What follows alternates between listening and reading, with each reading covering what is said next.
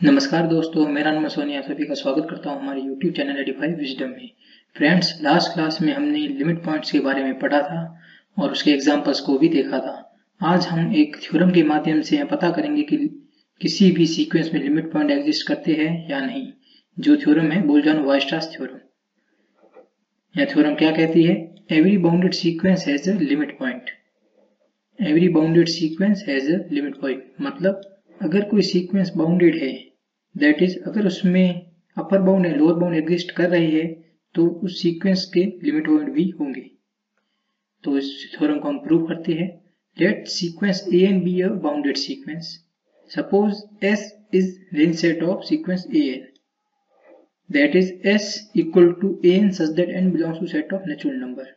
मतलब sequence A N एक bounded sequence है और इस सीक्वेंस ए एन का रेंज सेट एस है, और अगर इसमें यह सीक्वेंस स्वयं बाउंडेड सीक्वेंस है तो इसका रेंज सेट भी बाउंडेड होगा। यह हमने फर्स्ट लेक्चर में पढ़ा था।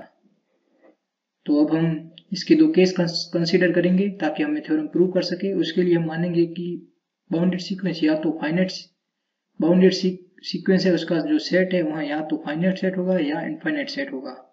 तो सबसे पहले हम केस फर्स्ट को देखते हैं कि जब बाउंडेड सीक्वेंस का सेट एस फाइनाइट सेट हो, तो हम इस केस में एक एलिमेंट अल्फा सपोज करेंगे, जो कि हम यह मानेंगे कि वहाँ एलिमेंट उस सीक्वेंस में रिपीटेडली बार बार आ रहा है। तो when S is finite set, in this case there must exist at least one element alpha belongs to S such that n equal to alpha for infinite values of n. Every neighborhood of alpha, that is alpha minus epsilon, alpha plus epsilon, such that an equal to alpha for infinitely values of n. इसको हम एक example द्वारा देखें तो एक यहाँ sequence है that is -1 to the power n। इसमें अगर हम n का मान इवन रखें तो सीक्वेंस का मान 1 आएगा, एवं अगर इसमें n का मान ऑड रखें तो सीक्वेंस का मान -1 आएगा। तो हम देखते हैं कि इसमें एक का अगर हम नेबरहुड बनाए दैट इज 1 माइनस एप्सिलॉन और 1 प्लस एप्सिलॉन, तो उस नेबरहुड में एक के इनफाइनाइटली बार वहां रिपीट होगा, एक इनफाइनाइटली बार रिपीट होगा। तो हम कह सकते हैं कि उसके नेबरहुड में सीक्वेंस ए एन के इनफाइनाइट वैल्यूज आएंगे। तो हम कह सकते हैं कि -1 इस सीक्वेंस का लिमिट पॉइंट है, और ऐसा कैसा 1 के लिए भी होगा। तो अब हम केस सेकंड देखते हैं कि let S be an infinite set. अगर एस एक इनफाइनाइट सेट है तो हम सेट में जब जो हमने बोल्जमैन-वायरस्ट्रास थ्योरम सेट के लिए डिफाइन की थी, उस थ्योरम के अनुसार हम कह सकते हैं कि किसी भी सेट के लिए अगर वहां सेट इनफाइनाइटली बाउंडेड सेट है तो सेट में at least one limit point exist करेगा ही करेगा। तो इसमें एक हमने माना कि इस रेंज सेट एस में एक पॉइंट पी है जिसके नेबरहुड में infinitely many points of S contains करेंगे। तो पी इस सेट एस का लिमिट पॉइंट हो गया। तो हमने सेट एस के दो कंडीशन, जो कि फाइनाइट सेट इनफाइनाइट सेट, मतलब अगर सेट फाइनाइट सेट है तो भी हमने एक लिमिट पॉइंट इसका एग्जिस्ट करवा दिया, और अगर सेट इनफाइनाइट सेट है फिर भी हमने इसका लिमिट पॉइंट एग्जिस्ट करवा दिया। तो हम कह सकते हैं कि every bounded sequence has a limit point. हम देखते हैं limit inferior and limit superior क्या है यहाँ। If sequence A N is bounded sequence, then least limit point of sequence A N is called limit inferior and it is denoted by limit inferior of A N. नीचे अगर line हो तो उसको limit inferior कहेंगे, और अगर limit के ऊपर लाइन हो तो उसको लिमिट सुपीरियर कहेंगे। और लिमिट इंफीरियर क्या था कि अगर कोई सीक्वेंस ए एन है तो उस सीक्वेंस का जो सबसे लीस्ट लिमिट पॉइंट होगा वहीं उस सीक्वेंस का लिमिट इंफीरियर होगा, और जो सबसे ग्रेटेस्ट लिमिट पॉइंट होगा वहीं उस लिमिट का सुपीरियर होगा। और अगर सीक्वेंस अनबाउंडेड है तो उसमें प्लस इनफाइनाइट या माइनस इनफाइनाइट दोनों में से एक लिमिट इंफीरियर या सुपीरियर के रूप में एग्जिस्ट करेगा।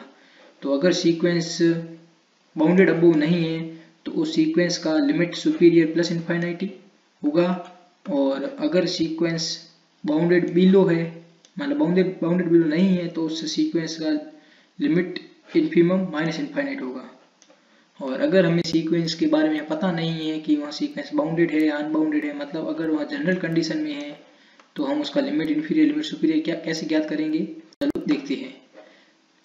तो sequence A N be a sequence of real number, then limit infimum of A N ज्ञात करने के लिए हम सबसे पहले ए एन ज्ञात करेंगे और उस ए एन का हम सुप्रीमम ज्ञात करेंगे। तो ए एन क्या है कि सबसे पहले हम ए वन देखते हैं, a one a two and so on का इन्फीमम है, और ए टू क्या है, a two a three and so on का इन्फीमम है, एवं ए थ्री ऐसे same to same a n जो कि a N plus one a N plus two में से सबसे इन्फीमम है वही ए एन है। मतलब ए वन का इन्फीमम हमने अल्फा वन लिया, तो ए वन में क्या क्या एलिमेंट्स थे, a one a two and so on, इन सभी एलिमेंट्स में जो सबसे इन्फीमम होगा वही अल्फा वन है या ए वन है। और जो हमें ए वन प्राप्त हुआ था वहाँ एलिमेंट हटाने के बाद हमें जो एलिमेंट मिले थे वहाँ a two a three and so on है, और जो एलिमेंट मिले थे उन सभी एलिमेंट्स का जो इन्फीमम होगा वहाँ ए टू है। और ऐसे ही ए थ्री भी ज्ञात किया जिसमें हमने ए टू वाले एलिमेंट को हटा दिया है, और ऐसे ऐसे ए एन ज्ञात किया। तो ए एन में हमें क्या क्या एलिमेंट बचे कि a N plus one a N plus to ये एलिमेंट्स बचे, और इन सभी एलिमेंट्स का इन्फीमम ए एन है। और जो हमें ए एन प्राप्त हुआ उस ए एन का सुप्रीमम ही लिमिट इन्फीरियर है। फ्रेंड्स इसमें अब कन्फ्यूजन हो रही होगी, लेकिन जब हम इसके एग्जाम्पल देखेंगे तो आपको वहाँ कन्फ्यूजन पूरी तरह दूर हो जाएगी। इसी प्रकार लिमिट सुपीरियर लिमिट इन्फीरियर का पूरा उल्टा ही होगा। यहाँ पर हमने ए एन ज्ञात करने के लिए सभी का इन्फीरियर लिया था तो वहाँ पर सुपीरियर लेंगे, और बाद में इसका हमने सुपीरियर लिया था तो वहाँ पर इन्फीरियर लेंगे। तो सेम टू सेम इसमें बी एन डिफाइन करेंगे, और बी एन के लिए हम B one B two B three ज्ञात करेंगे जिसमें हम सभी एलिमेंट्स का सुपीरियर लेंगे, जिसमें सबसे पहले बी वन में a one a two and so on का सुपीरियर लेंगे, जो एलिमेंट प्राप्त होगा उसको हटाएंगे। बाद में हम बी टू ज्ञात करेंगे जिसमें हम उस एलिमेंट को हटाने के पश्चात जो एलिमेंट बचेंगे जो कि a two a three and so on है उसका सुप्रीमम लेंगे, और जो हमें एलिमेंट प्राप्त होगा उसको हटाने के पश्चात फिर हम इसका सुप्रीमम लेंगे, और ऐसे ऐसे हम बी एन तक पहुंचेंगे। और बी एन में हम elements A N plus one and so on में से जो भी सुप्रीमम होगा वहाँ सुप्रीमम लेंगे, और इसको हम बी एन द्वारा डिफाइन करेंगे, और इस बी एन का ही हम इन्फीमम ले लेंगे। मतलब जो एलिमेंट हमें इस बी एन में प्राप्त होंगे उस सभी एलिमेंट्स में जो इन्फीमम एलिमेंट्स होगा वही लिमिट सुपीरियर होगा। इसको हम डायरेक्ट भी ज्ञात कर सकते हैं, हालांकि ऊपर वाला प्रोसेस पूरा फुल प्रूफ प्रोसेस है, लेकिन कभी कभार हम किसी क्वेश्चन में हम उसको डायरेक्ट भी ज्ञात कर सकते हैं। तो हम कैसे ज्ञात करेंगे कि अगर sequence A N is bounded sequence है, अगर सीक्वेंस बाउंडेड सीक्वेंस है तो सीक्वेंस का लार्जेस्ट लिमिट पॉइंट होगा वहाँ उस सीक्वेंस का लिमिट सुपीरियर होगा, और ऐसे ही उस सीक्वेंस का स्मॉलेस्ट लिमिट पॉइंट होगा वहाँ उस लिमिट का लिमिट इन्फीरियर पॉइंट होगा।